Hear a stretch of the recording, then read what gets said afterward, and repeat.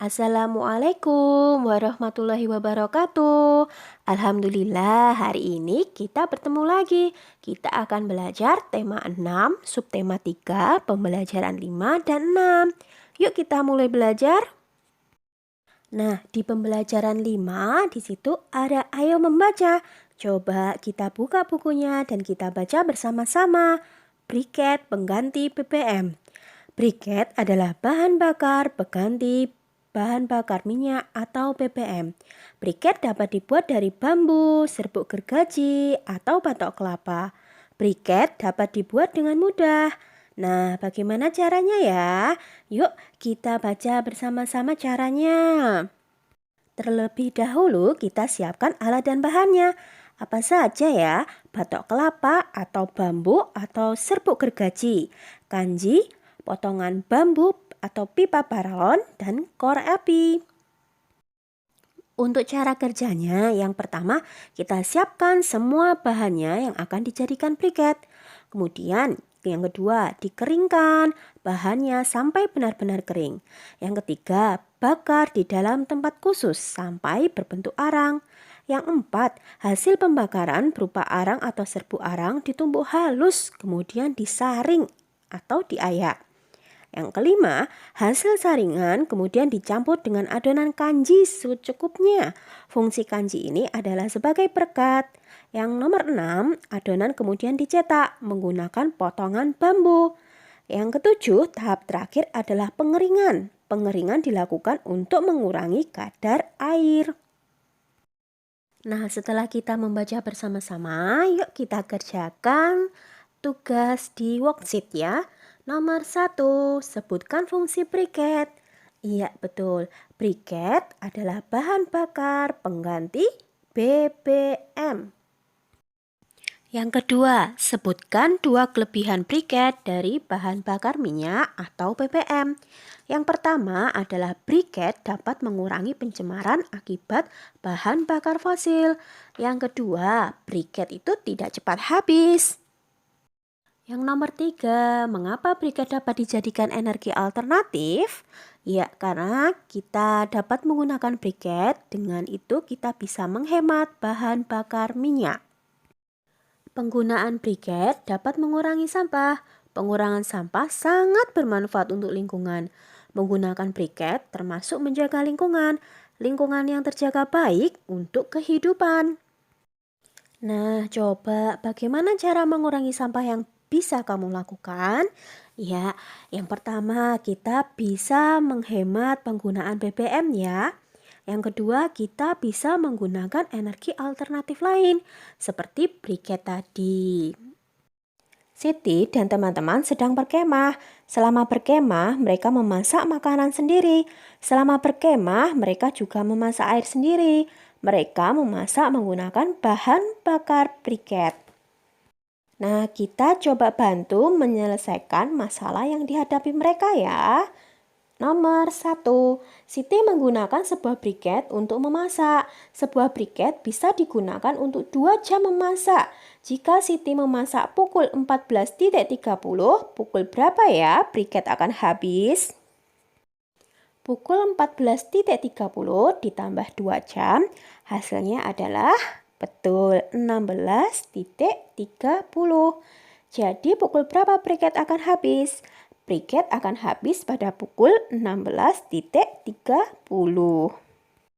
Nomor 2, Udin ingin memasak air untuk minum. Udin menggunakan 2 buah briket untuk memasak. Setiap briket dapat digunakan untuk 2 jam memasak. Jika Udin mulai memasak pukul 10, pukul berapa ya briket akan habis? Yuk kita mulai menjawab. 1 buah briket dapat digunakan untuk 2 jam. Jadi jika 2 buah briket, berapa jam ya? Ya, kita menggunakan perkalian. 2 kali 2 sama dengan 4 jam. Nah, dari mulai pukul 10 ditambah 4 jam.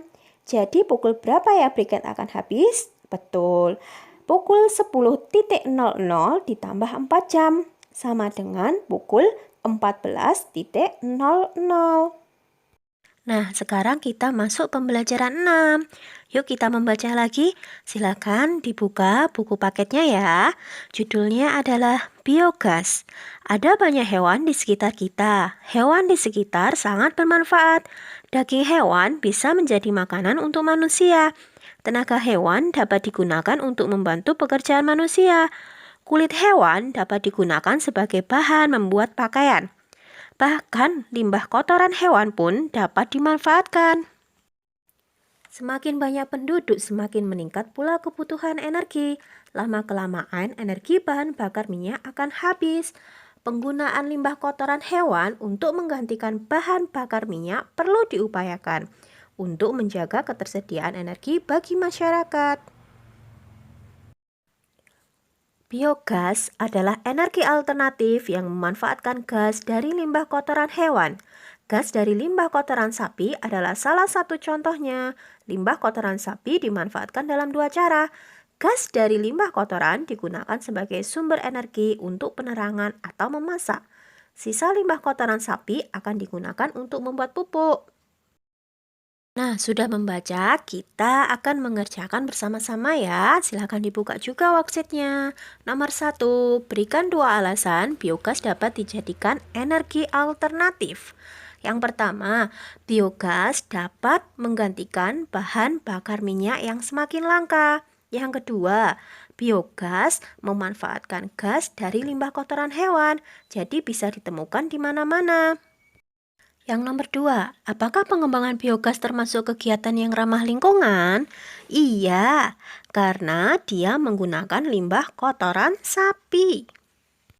Nomor 3, berikan dua contoh keuntungan menggunakan biogas. Yang pertama tentunya adalah ramah lingkungan. Yang kedua adalah tidak menyebabkan pencemaran seperti kalau kita menggunakan BBM. Nah, sekarang kita akan mulai berhitung. Nomor 1, ibu memiliki biogas yang dapat digunakan memasak selama 8 jam. Jika ibu memasak setiap hari selama 4 jam, berapa hari biogas dapat digunakan? Caranya adalah 8 jam dibagi 4 jam, sama dengan 2. Jadi, berapa hari biogas dapat digunakan? Selama 2 hari. Nah, untuk soal nomor 2 dan 3, kalian bisa berlatih sendiri ya. Nah, coba sekarang perhatikan gambar berikut. Kira-kira saran yang kamu sampaikan kepada anak tersebut apa ya?